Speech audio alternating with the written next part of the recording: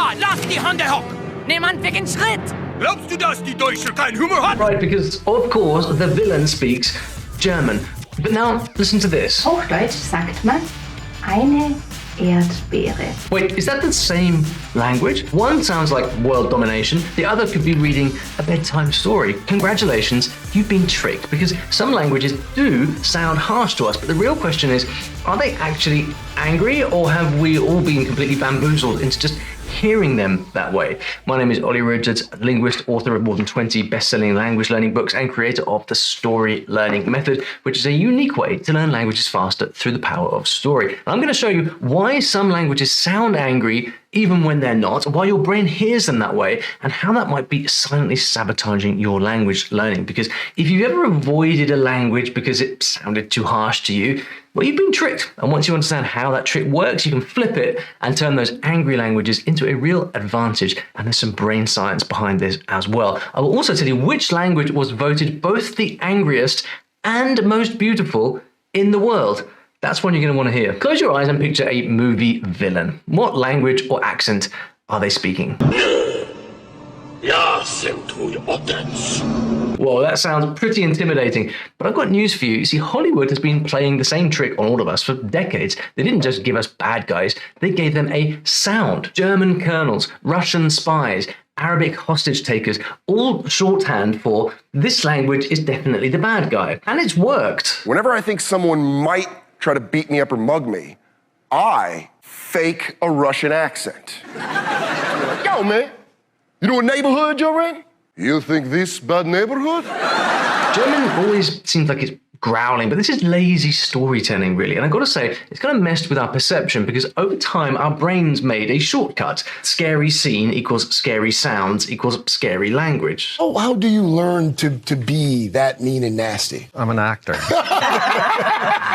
I just do what he gives me. Yeah. Turns out our brains are easier to fool than we think, as you are going to see. All right, let's turn the mic around. What if your language sounded terrifying to someone else? Because lovely, familiar English, well, it's not exactly all sunshine and roses. This is what your language sounds like to other people. Oh, hello, who visited the state of levers for skates then, you dozing crunky wickle botter. Don't for me agreed that Trajan. No, her station is trapped. I mean, why the crest soldier for the Magdalene nation? It's further grat to my Joseph. Joseph for the Magalon? Magalon my shit.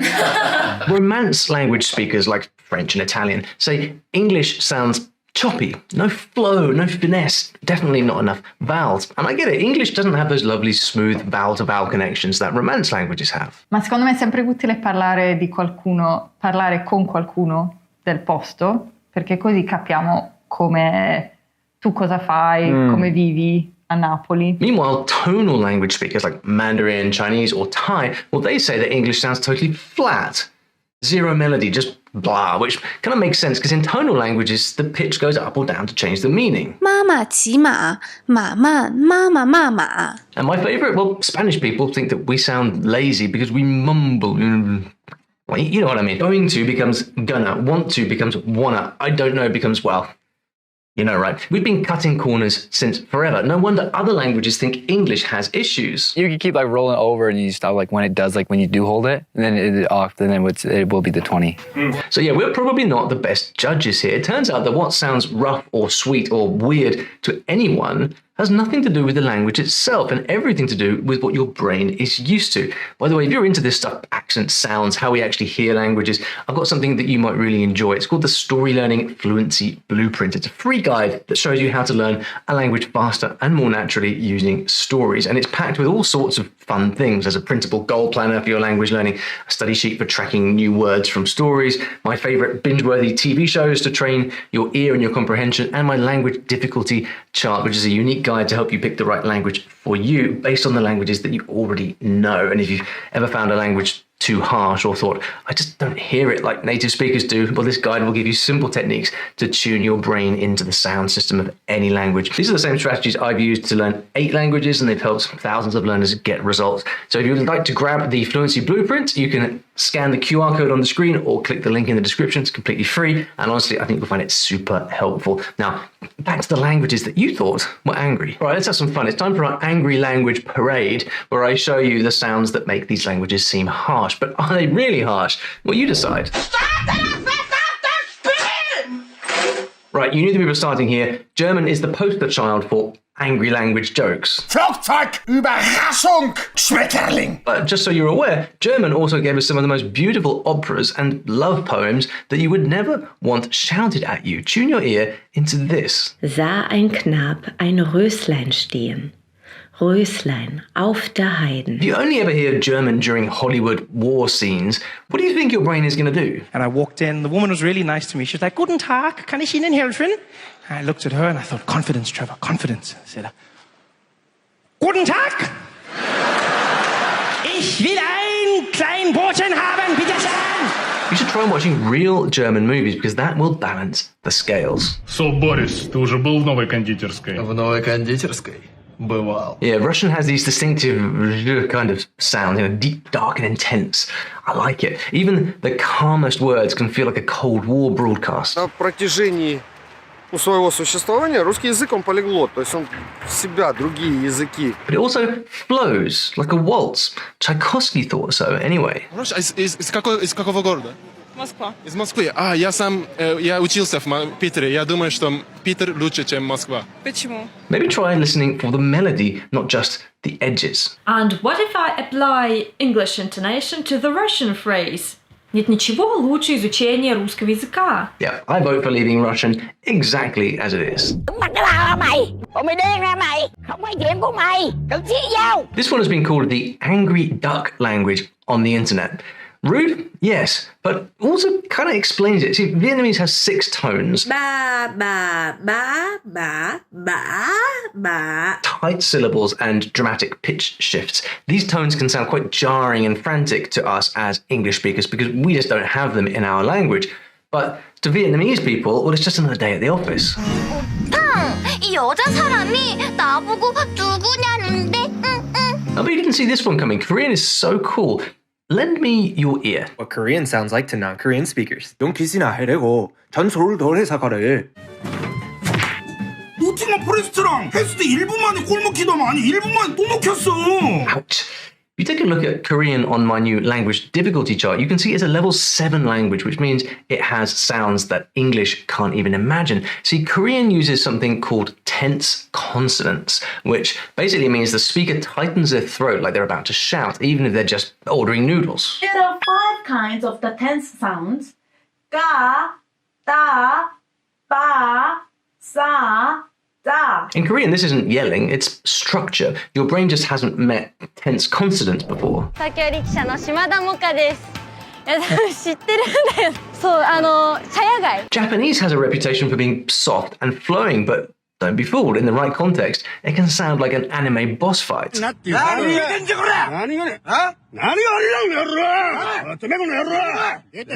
See, with Japanese, context is everything. Here's something fascinating. Japanese uses a thing called pitch accent, where raising your voice slightly can actually change the meaning of a word. So even a gentle sentence can sound intense if you're not used to it. Scare.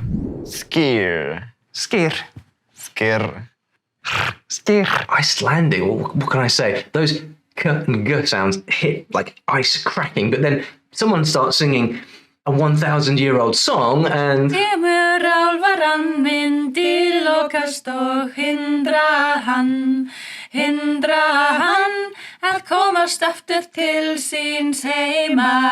Well, it is the language of the Vikings. You just got to listen for the flow rather than the individual sounds, and the entire feeling will change. Overspeeding.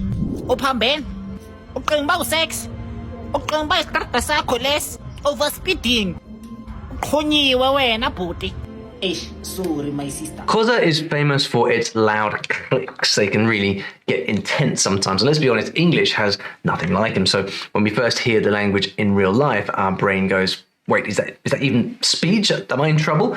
But listen again.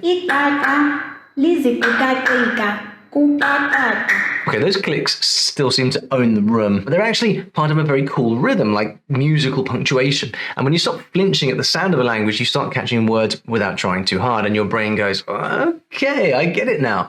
So why do I keep going on about your brain? Because we're going to see what science says about it. But first, can you guess which language keeps topping the charts in 2 completely different ways. اليوم شريت عصير تفاح اشي كثير زاكي بدي اياه يجرب لا شكرا يابا بالله عليك تغلبش حالك لا يابا مش مشكلة هسه بقسم لكم فواكه. Arabic often gets labeled aggressive. It's loud, expressive, rhythmic, and it's got those crazy strong throat sounds and the infamous ayn.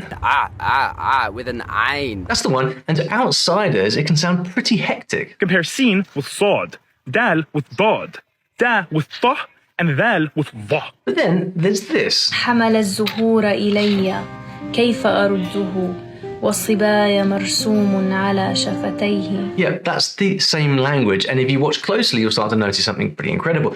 Arabic is one of the most poetic, descriptive languages on the planet. There are 12 words for love, hundreds of words for camel, and even the writing is crazy beautiful. Here's a pretty cool fact. In language surveys all around the world, Arabic keeps showing up on two opposite lists, the harshest and the most beautiful language in the world. But as you're about to see, it's just a trick of the ear. Let's talk sound science, because here's the crazy part. Languages don't actually sound angry. Your brain is just interpreting them that way. Why? Because your brain is wired to spot danger. That's right, danger.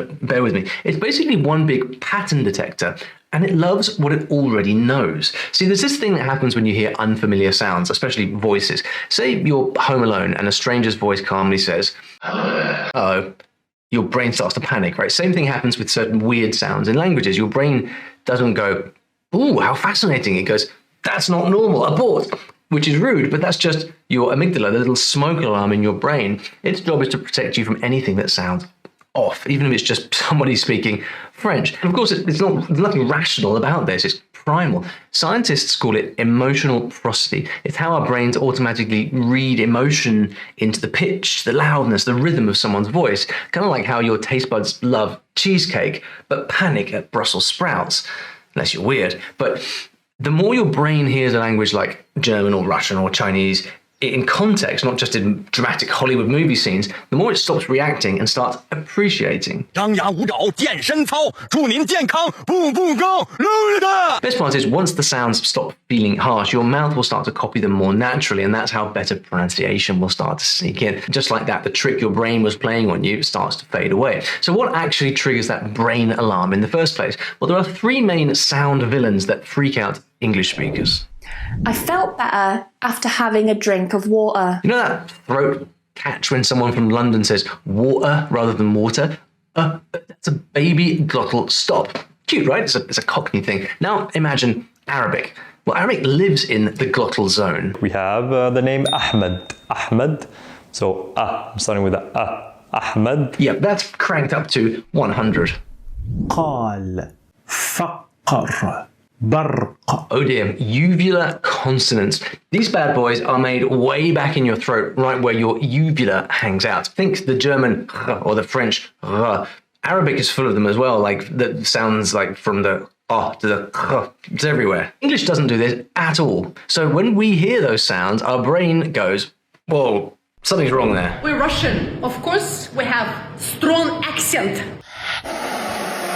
Hissy, breathy, raspy sounds. We have a few, like shh. Ours are quite soft. Languages like Russian, Hebrew, and Arabic dial it up to 11. It's like forcing steam through a straw. Хватать, хранить, хлипкий, хмурый, хныкать. Russian sound r sounds quite strongly. J, sh, c, ch, y also can scare people a bit. And you've definitely heard the famous German ch, as in Bach. Sprechen, die Köchin, der Koch. Yeah, you know what I mean. And when your brain hears these sounds, it goes, it's not English, must be bad. Meanwhile, to German and Russian speakers, these aren't aggressive sounds at all. They're just normal. Acknowledge that you have a problem. Now, maybe you've never said anything to anybody rude or out loud, but maybe internally, you've thought to yourself, that language sounds ugly. I don't like it. That's a problem. Your brain just hasn't made friends with these sounds yet, but it can.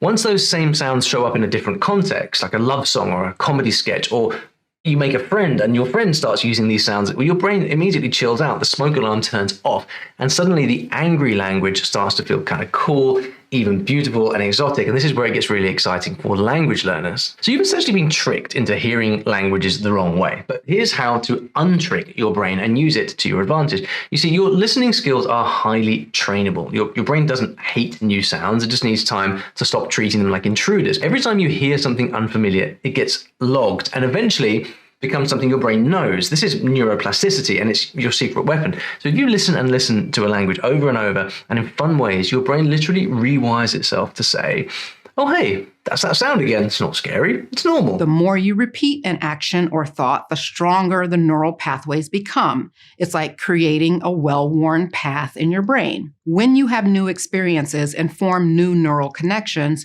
you're able to learn new skills and retain information. And that's when everything shifts. So pronunciation gets sharper, comprehension gets faster, and suddenly the language that used to scare you, well, suddenly you're in love with it. In fact, if you spent years hearing a language in the background in movies, shows, or even in jokes, you might be further ahead than you think. Those harsh sounds have been training your ear all along. That's why I always tell my students, start listening from day one, even if you don't understand a word, because your brain's already doing the work in the background. Now imagine if you were a spy. You'd have to learn all of those bad boy languages and sound completely normal, or you would be in trouble. Ask the spies in my next video, and they will tell you exactly why this is the case.